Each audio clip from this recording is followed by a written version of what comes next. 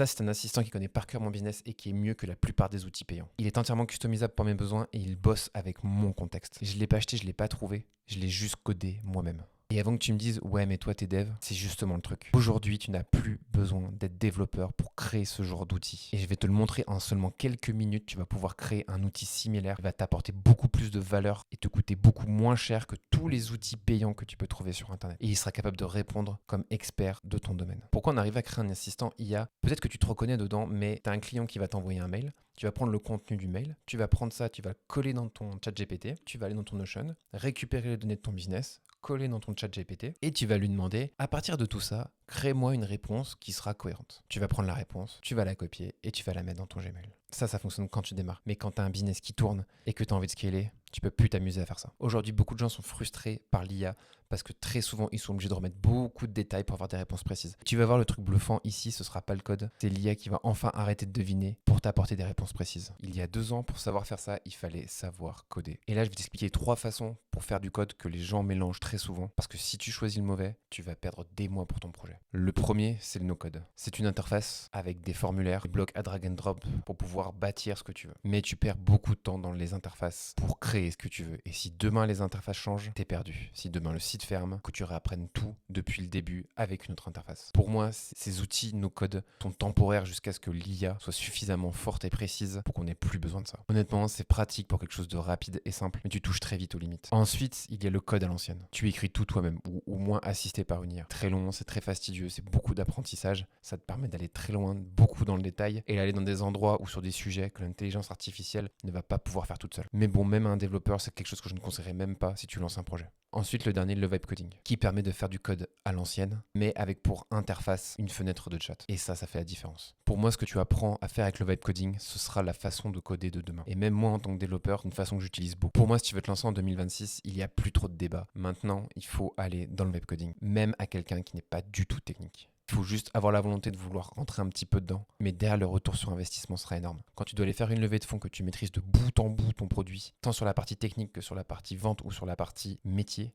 demain, si tu dois aller voir ton investisseur, tu seras beaucoup plus légitime. Bon, maintenant, quel outil utiliser en 2026 pour vibe coder? Moi, ce que je conseille, c'est Claude. Il y a tout dedans. Il y a la partie Claude qui va permettre de changer vos idées, puis la partie Claude Code qui va vous permettre de coder, et la partie Claude Design qui va pouvoir vous faire travailler sur le design si vous avez besoin. Maintenant, le problème, ça va être la gestion de quota. Claude est très gourmand, tant sur la partie discussion que sur la partie code. Surtout que si vous n'êtes pas tech, vous allez avoir tendance à itérer beaucoup de fois pour avoir le résultat que vous voulez. Et du coup, si là, vous voyez que votre quota est souvent limité, et ce que je vous conseille, ce serait de rajouter la partie cursor. Cursor, ça peut être juste pour un premier mois parce que vous savez que vous allez beaucoup coder. Ça peut être une solution. Une autre alternative aussi que certains font, c'est d'utiliser les IA gratuits pour faire toute la partie idéation et juste d'avoir cursor pour enchaîner sur la partie code. En vrai, ça va dépendre de votre projet et de votre objectif. Avant de se lancer, il y a plusieurs prérequis à avoir. Il faut installer VS Code et Node.js. Visual Studio Code, c'est utile si tu n'utilises pas Cursor et que tu veux utiliser que Claude Code. Sinon, Cursor arrive avec une version alternative, on va dire, de Visual Studio Code. Donc, soit tu fais Cursor et t'as que ça, soit tu as Visual Studio Code et il te faudra Claude Code à installer dessus. Je l'ai déjà fait dans d'autres vidéos, donc je te repasse pas tout le processus, mais je te laisse aller chercher sur Google, de télécharger les dernières versions. Si tu veux, j'ai fait une vidéo qui sera dans la description qui t'explique comment installer Claude Code et l'utiliser. Et on est parti. Ok, on se retrouve sur Cursor, que ce soit Visual Studio Code ou Cursor, comme je vous l'ai dit précédemment, ça va pas changer grand chose en termes d'interface et d'usage. Pareil pour Claude Code, ça va pas changer grand chose. Donc on ouvre notre projet, moi j'avais déjà créé un projet, donc hop, assistant, ouvrir. Ok, et là du coup, projet de base. Ok, donc là on arrive sur notre interface. Là, ce qu'il faut réfléchir, du coup, avant de faire quoi que ce soit, c'est d'être bien sûr de ce qu'on veut faire. Nous, ici, notre but, c'est de créer un assistant. Donc ce qu'on veut, c'est une interface qui soit connectée à une intelligence artificielle qui va nous permettre des fonctionnalités avancées par rapport à une simple fenêtre de chat sur Claude. Et donc pour faire ça, moi je vais lui demander de me créer, donc crée-moi un projet de base en Next.js. Ok, donc là, on laisse générer. Next.js, qu'est-ce que c'est? C'est un framework. En gros, c'est une librairie avec beaucoup de code qui vont nous permettre d'aller très vite, qui vont permettre de faire du client-serveur et d'afficher des interfaces. Pourquoi on a besoin de ça? Parce qu'on va avoir besoin d'interfaces dans un navigateur internet et de gérer aussi quelque chose qui va pouvoir travailler en dehors de ce navigateur pour faire de la manipulation de fichiers, pour faire des appels sur d'autres sites. Et donc c'est pour ça qu'on choisit Next.js qui permet d'avoir un tout en un. Ce qu'il faut comprendre ici aussi, c'est qu'on va faire sauter une barrière de complexité, c'est on va travailler uniquement sur notre ordinateur. Ça veut dire que ce qu'on va coder là, le site qu'on va créer, l'interface qu'on va créer, l'outil qu'on va créer, va être utilisable dans notre navigateur, mais on sera le seul à l'utiliser parce qu'il va être uniquement disponible sur notre ordinateur. Ce qui va simplifier la partie sécurité et la partie de déploiement sur des serveurs extérieurs. Ok, donc là, après, il vous fait un petit récapitulatif de ce qui s'est passé. Bon bref, il a fait tout un tas de choses. Il a installé des petites librairies en plus, très bien. On va pas aller chercher le détail de tout ça. Donc là, tout de suite, ce qu'on peut faire, on peut lui demander démarre-moi le serveur. Comme ça, on va pouvoir tester que ça fonctionne. Donc là, on a un site qui est disponible. Et là, ce que vous pouvez voir, c'est que l'adresse, donc là, c'est un navigateur qui est intégré à l'interface de développement. La subtilité, c'est qu'ici, l'adresse de ce site va être ce qu'on appelle localhost, qui est en fait l'adresse de votre ordinateur. Et elle va accéder à un chiffre particulier pour aller chercher le serveur qui tourne. Donc ici, ça va être le site qui nous a généré. Et donc ça, il faut très bien le comprendre. C'est-à-dire que si vous tapez cette adresse sur un autre ordinateur, si l'autre ordinateur n'a pas cette adresse qui tourne, vous aurez accès à rien. Donc c'est vraiment sur votre ordinateur que tout le code se fait et que l'outil sera accessible. Si jamais vous voulez aller plus loin dans le déploiement, etc., pareil, dans la description, j'ai mis des vidéos où je fais vraiment de A à Z d'un projet jusqu'au déploiement. Donc, allez checker, vous allez tout avoir. Mais ici, là, notre but, encore une fois, c'est de créer un assistant local. Notre but, c'est de créer une interface où on va mettre un titre, une description d'un produit, et l'intelligence artificielle va nous donner ainsi que des recommandations pour améliorer certains sujets. Si on demande ça brut à Cursor, on va être assez déçu du résultat parce que toute la partie connaissance sur est-ce qu'un titre est bien ou pas bien, ou toute la partie description sur tout un tas de sujets, elle va être assez limitée. Pour ça, ce qu'il faudrait faire, c'est demander à Claude des guidelines pour faire un titre et une description qui soient les plus impactants possibles d'un point de vue marketing. Ensuite, on pourrait demander la même chose, mais pour la partie SEO. Donc tout ça, on va le voir avec Claude, qui va pouvoir nous challenger et nous dire comment faire. Donc là, on va quitter notre interface et on va aller sur Claude. Encore une fois, je le fais avec Claude, vous pouvez le faire avec ChatGPT, n'importe lequel. Vous pouvez même le faire avec Cursor, techniquement. La différence entre Cursor et Claude, c'est que Cursor rajoute une couche sur la partie code. Donc en fait, les réponses vont être très orientées code et sont faites pour avoir des réponses de code. Donc si vous lui demandez quel temps il fait, il va vous le dire, mais vous allez cramer du token pour rien et il va juste avoir un contexte énorme. Il va savoir toute la base de code juste pour répondre à cette question, ça n'a pas de sens. Donc voilà, bref, tout ça pour dire que lancer un Claude, très bien. Donc nous, on veut faire une interface en local pour noter un titre et une description d'un produit pour un site de e-commerce. Si je lui dis que ça, forcément là, je suis quasi sûr, il va me répondre avec des questions. Il va me dire mais qu'est-ce que tu veux faire avec ça? Peut-être même qu'il a du contexte de moi personnellement. Il va me dire mais en fait toi tu fais ça, mais pourquoi tu fais ça? Enfin, bref, il va partir dans tous les sens. Donc plus vous allez être précis, plus vous allez dans le détail, plus il sera précis dans votre retour. Donc nous, on va lui préciser qu'on a un site de chaussures pour hommes de luxe en France. Voilà. La cible, c'est, je sais pas, les jeunes de 18 ans. J'en ai aucune idée. Ok. Donc on va lui demander en retour des fichiers qui vont nous permettre de présenter notre business. Le but, c'est de récupérer toute la connaissance et de l'insérer dans nos codes. Donc on va lui demander, fais-moi en retour un fichier pour les guidelines produits, un fichier pour présenter. Le but de ça, c'est d'avoir des fichiers générés par l'IA qui vont être réutilisés par une autre IA. Quand on va écrire le titre et qu'on va cliquer sur donne-moi une note, ce qui va se passer, c'est que quand on va envoyer la question à l'IA, on va lui envoyer du coup le titre avec le contexte. Ça veut dire que les fichiers qui va me générer là, je vais envoyer aussi à l'IA pour qu'elle me dise ok, par rapport à mon contexte, etc., est-ce que mon titre est pertinent? Et c'est ça que ça va servir. Voilà, et on va lui demander au format .md. Et du coup, avec ça, vous allez être pas mal. Pour comprendre rapidement ce que c'est ça, vous allez pouvoir choisir des modèles qui vont être différents. Donc c'est marqué du plus efficient pour des tâches au quotidien, pour des réponses rapides et pour du travail même plus ambitieux. Ce que ça veut dire, c'est que plus vous allez être clair dans votre tête, plus ce que vous allez écrire va être précis et de qualité, moins vous allez avoir besoin d'un LLM qui travaille. Sauf si vraiment votre but, c'est d'être très précis pour avoir une réponse complexe ou une réponse assez profonde par rapport à ce que vous avez dit. Mais en tout cas, ce que je vous conseille, c'est vraiment, comme je l'ai dit tout à l'heure, de prendre le temps de mettre tout le détail. Et une fois que vous aurez mis tout le détail, s'il a juste à résumer ça dans des fichiers et à écrire 3-4 guidelines, peut-être qu'un Sonnet 4.6 même sûrement un sonnet 4.6 sera suffisant. Et peut-être le seul sujet, là je fais tout en un seul prompt, mais là il y aura peut-être 2 sujets, résumer votre business dans un fichier, ça peut être fait par sonnet. Et le deuxième qui demande un peu plus de travail, de réflexion et de recherche, ce serait de lui dire par exemple pour mes fiches produits, donc mon titre et ma description, quoi les points d'attention, qu'est-ce qu'il faut bien faire, qu'est-ce qu'il ne faut pas faire. Et c'est tout ça qu'on voudra faire. Et du coup, c'est pour ça que Opus, dans ce cas-là, serait intéressant. Pareil pour ChatGPT, il y a une option pour qui creuse un peu plus loin. Donc voilà. Ici, on va mettre sonnet pour que la réponse soit rapide, qu'on n'attende pas trop. Je pense que ce ne sera pas d'une grande qualité, mais ça fera bien notre taf. Hop. Donc pendant qu'il fait ça, comme je vous l'ai dit, on n'attend pas, on switch et on va aller là-dessus. Donc là, ce qu'on va faire, c'est très rapidement, on va commencer à lui dire fais-moi une interface pour que je puisse saisir un titre et une description produit avec un bouton pour valider. Voilà. Donc là, ça va être très basique. Comme ça, lui va pouvoir commencer à me créer une interface. Donc voilà, là, il nous a créé notre petite interface, donc assez stylé. Donc je vais voir où on est le prompt. Alors là, on va l'arrêter. En fait, ce qui se passe, c'est qu'il a voulu nous créer l'interface aussi avec. Donc vous voyez, moins vous allez être précis, moins vous êtes pris, plus c'est catastrophique. Là, il vous aurait cramé du token pour rien. Donc il faut vraiment être précis parce qu'il a tendance à vraiment aller chercher le moindre truc à faire. Donc typiquement là l'erreur je pense c'est là je l'ai pas fait, je suis allé un peu vite, mais un truc qui peut être pas mal souvent c'est de mettre par exemple objectif ou ce que je m'attends en retour c'est, etc. Je pensais que ça allait suffire, mais au final il faut être encore plus précis que ça. Du coup il nous a créé les 2 fichiers, donc on va aller les voir. Ok, donc il nous a fait pas mal de choses. Bon, je vais pas tout lire. Philosophie, ok, très bien. Exemple, ce qu'on fait. Rester entre 4 et 8 mots. Ok, bon, soit je vais pas remettre ça en question, j'en sais rien. Mais c'est pas notre truc. Là, le but, c'est vraiment de mettre dans ces fichiers de contexte toute la connaissance métier et tout ce qui va avoir de l'impact sur les décisions de l'IA. Donc ça, hop, on va le copier. Dans notre projet, on va faire un nouveau dossier. On va l'appeler contexte, par exemple. Hop, dedans, on va faire un nouveau fichier. On va l'appeler donc, on va l'appeler business.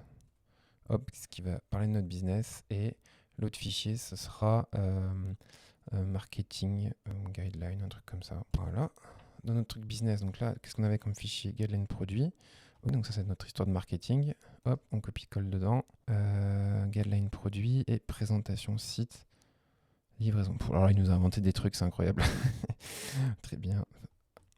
Admettons, structure du site. Ah ouais, il est allé très loin. Donc, encore une fois, ça c'est vraiment l'exemple d'être plus vous êtes enfin je vais le redire encore une fois, mais ça c'est vraiment l'exemple d'être précis pour éviter ce genre de choses, parce que sinon il écrit la terre entière. Bon bref, c'est pas pour l'instant on s'en fout, ça va pas nous embêter. Ok, donc maintenant qu'on a notre contexte, tout va bien. Donc avec notre petite interface, on va lui dire ce qu'on a envie d'avoir quand je clique sur valider. On va l'appeler validate, très bien. J'aimerais un appel à Claude. Pour qu'il me fasse une note de 0 à 100 à partir des fichiers de contexte. Il va le lire, il va s'en sortir, on n'a même pas besoin de lui expliquer. Là, on pourrait par exemple préciser en disant les fichiers de contexte, par exemple, pour lui dire j'ai un fichier business qui présente mon business, etc. Ensuite, j'ai un fichier marketing guideline qui va permettre de ça. J'ai un fichier pour le SEO, j'ai un fichier, etc. Et tout ça, plus vous allez être dans le détail et plus il va pouvoir s'en nourrir. Après, faites attention, parce que chaque requête que vous allez faire, plus vous allez mettre de fichiers, plus elle va vous consommer de tokens et plus ça va bouffer votre quota. Donc faites attention à ça.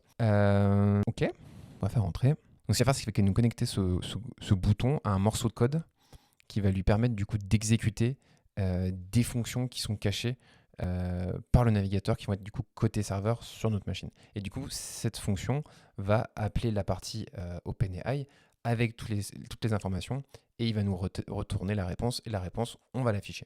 Donc hop, donc là il s'est passé plein de choses, et du coup, il va nous demander notre clé d'API Anthropic. Je ne vous fais pas tout le détail de comment on récupère une clé Anthropic. Je vous laisserai soit regarder ma vidéo qui, pareil, vous explique comment faire, ou sinon, vous allez sur le site vous cherchez Anthropic Platform, vous créez un compte, vous mettez une carte bleue, vous mettez quelques euros et vous avez une clé à accès en continu à ça. Donc ça, c'est vraiment l'outil le plus fort que vous allez pouvoir avoir. Donc je vous conseille vraiment d'en avoir une. Donc, on va créer ça. Donc là, il me parle d'un point en local. Je vais même pas réfléchir, hein. Je vais lui faire la clé. Tac, tac, hop. on a copié une clé. Il peut même nous inventer une clé, c'est incroyable. Et bah du coup, on va tester ça. Alors va falloir trouver des idées de noms pour qu'il nous calcule ça. Et la description, je suis une chaussure. Très bien. Et on va faire ça. Donc on va voir ce qui se passe. Ok, donc là, on a une erreur. Ce qu'on pourrait faire, c'est copier l'erreur et lui dire, bon là, c'est assez lisible, c'est qu'il ne s'est pas authentifié, c'est simplement que ma clé n'est pas bonne. Donc je vais aller mettre une vraie clé. Donc évidemment, je ne vous l'affiche pas. Donc là, j'ai mis une vraie clé. Donc on va valider. Donc là, ça ne marche pas. Donc là, il nous met je sais pas quoi, message et tout. Donc là, je peux vous dire ce qui se passe dans le message, c'est que le modèle machin truc là qu'il a choisi, en gros, c'est un modèle qui n'existe plus dans la documentation API parce qu'il faut savoir que l'IA a l'air formidable, mais en fait, elle a souvent un train de retard par rapport au d'aujourd'hui. C'est-à-dire que là, Claude, il est en version pour Sonnet, je crois 4.6 si je dis pas de bêtises. Là, Cursor ne le sait pas, il va falloir qu'il fasse une requête sur Internet. En fait, il a une base de données mais qui est ancienne pour jouer pour qu'il soit réactif. Du coup, là, ce qu'il faut faire, c'est lui dire on va lui copier par exemple le message d'erreur et on va lui dire utilise le dernier modèle de Sonnet. Donc là, voilà ce qu'il va faire. Donc voilà, searching web, ça veut dire que là, il va aller chercher sur la documentation de Anthropic pour aller trouver la bonne version.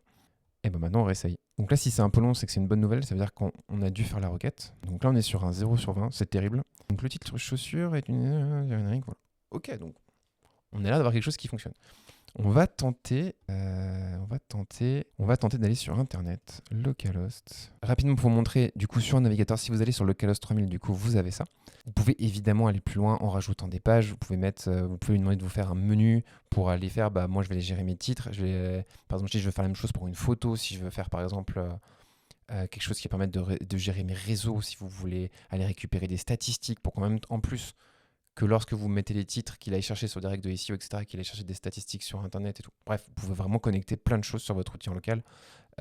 Et c'est très souvent ça, la majorité des SaaS que vous voyez, qu'on vous vend sur faites exploser vos stats. Vous avez une entreprise, vous avez plein de stats, comment les agréger avec notre outil. En fait, très souvent, notre outil, c'est quelqu'un qui a fait exactement ça, qui a créé son outil en local, qui a, grâce à l'IA, va agréger plein de choses. Et en fait, vous n'avez plus besoin de payer des outils, vous allez pouvoir vous le faire. C'est vraiment très très fort.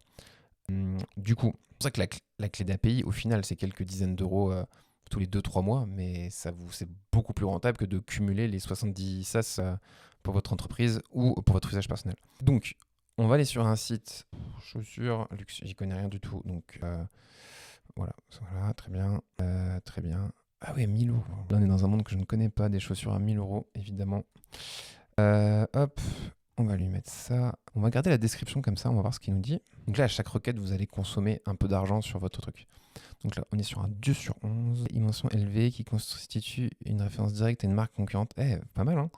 Là, il nous dit du coup ce qui explicitement est interdit, etc. Ok. Bon, on a augmenté. Ok. Tac. On va mettre la description maintenant. On va enlever élevé. On va voir ce qu'il nous dit. Ok, là, donc on augmente notre note. Très bien. Donc là, je sais pas ce qu'il nous raconte. Ok.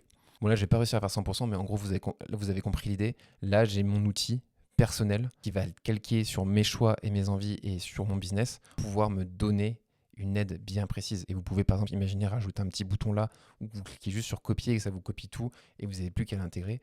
Vous pouvez vraiment aller très loin.